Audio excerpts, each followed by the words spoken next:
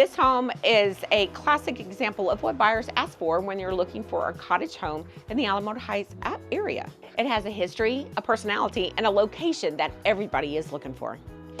What you need to know is how this house fits into the current Alamo Heights market, what buyers are willing to pay for it, what appraisers are going to be looking at, and how to structure an offer so you're protected. So what we're going to do for this particular house is we're going to look at it as an eyes of two things. Number one, can it function for our home in 2025 and 2026, but also what inspectors are going to look like. So I'm going to do a lot of killing this home, but as a builder of 19 years and a person that sells homes, this is my job.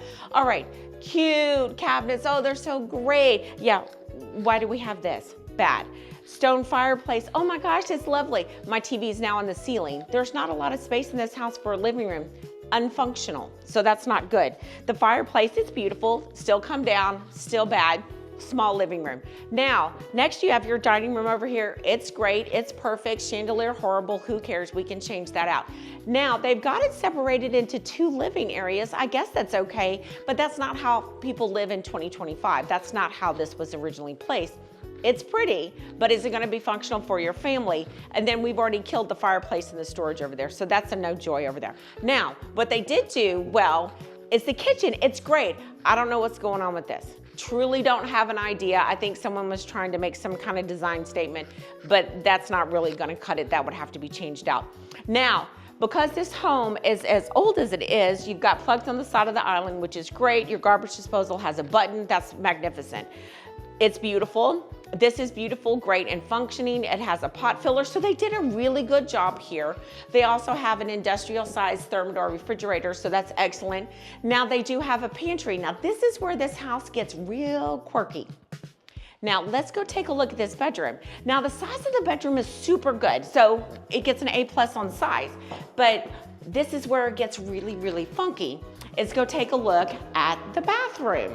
This bathroom says cruise ship, Viking cruise ship. Now it's a good cruise ship, but it is still a Viking cruise ship. There's not enough room for the toilet and then the cabinet and then the shower. It's a cruise ship. So although it's nice to have the additional bathroom, yeah, don't gain any weight. Now, as we come off the kitchen, we're going to take one step down. Now, this is in historical homes. There's lots of levels in these homes. Perfectly fine. Now, they did a half bathroom here. Now, this is a great half bathroom. I really do like it. Now, the space is a good space. They've used color instead of wallpaper, which is great. If you don't want to do the wallpaper, don't be scared. Put some paint on it. But they did a good job in here, and it's right off of the driveway, so there's an additional door here. So if you have people outside in the yard, it's an easy half bathroom to use. Now, the master bedroom, which is where we're going to go next, it's great, so we're going to go in there. The last thing we're going to talk about in here is the ceiling heights. The ceilings are not tall, there's not a lot of recessed so your lighting's going to have to be filled with lamps. Not a bad thing, but not necessarily a good thing either. All right, we're inside the master bedroom, and it is a great size bedroom. I really do like the size. I think it's great. They've done beautiful closets as well. So all the windows are still single paned, but they're not giving off the vibe of leakage, so that's good. So they've definitely done some upgrades there. Now, here is the master bathroom. This is great. Now, in historical homes, they don't necessarily have room for a tub and a shower. So they've maximized the space in here. So there's two vanities and an oversized shower, which is done beautifully, but I hope you don't want a tub because you're not going to get it. Now, for resale value, if you don't have a tub and a master, that could really definitely be a negative. And a lot of people say, well, I don't use a tub. Well, 60% of Americans take a bath every single night, or they use it for that. So for resale, that's something that you have to really consider because you've really just gotten rid of a lot of the population. Okay, here's another bedroom, great size closets. It's beautiful, good size room, which in historical homes is, you know, something that's pretty standard. Now, this is where this house gets quirky. It has a downstairs.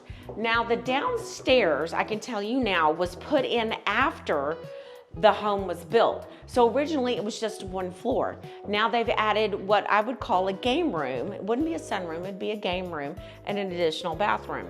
Now, because of the age of the home, the stairs are grandfathered in. They're not even the size of my shoe.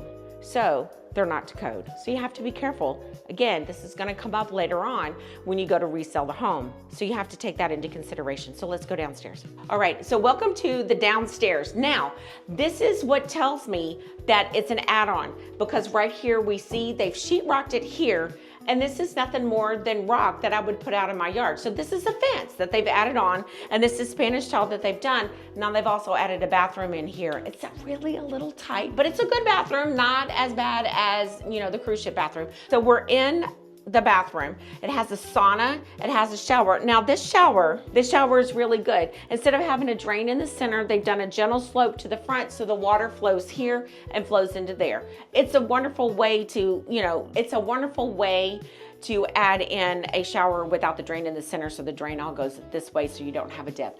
Now this is a really porous tile. I don't know that I would have done it. It kind of looks like a travertine, which holds water, so I wouldn't have done that. All right, so also in this bathroom, they have a sauna. That's super nice. I mean, if you're into that thing, it's nice, but remember, it's really kind of tight in this bathroom, but it is nice. Okay, again, remember, lots of step down in these older homes. This is kind of like a landing area, I would say, perfectly fine. But again, it's got the exterior stone from outside, nothing covering it.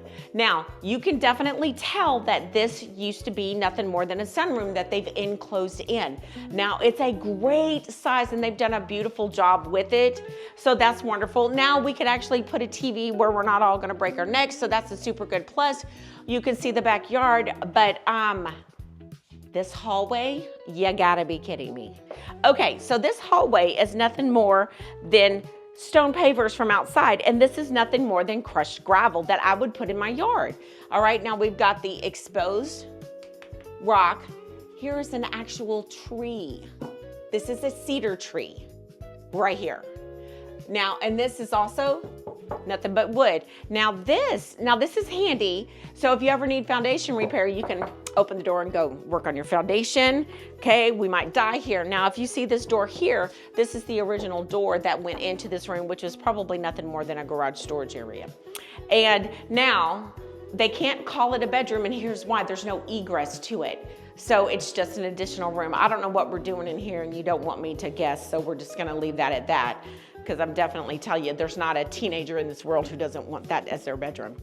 Now, it goes outside onto the back porch. If you're serious about buying a historical home or a personality-driven home in Alamo Heights or anywhere in the Texas Hill Country, you don't need another pretty house tour. What you need is straight talk about value, risk, and strategy from someone who studies the market every single day. I'm Vanessa Bradford, the Hill Country Queen. So if you're interested in a historical home in Alamo Heights or the Texas Hill Country, don't forget to reach out, DM, text me. If you want to walk homes like this with a plan and not just a feeling, don't forget to text, DM me, and let's schedule a time and take a look at these homes.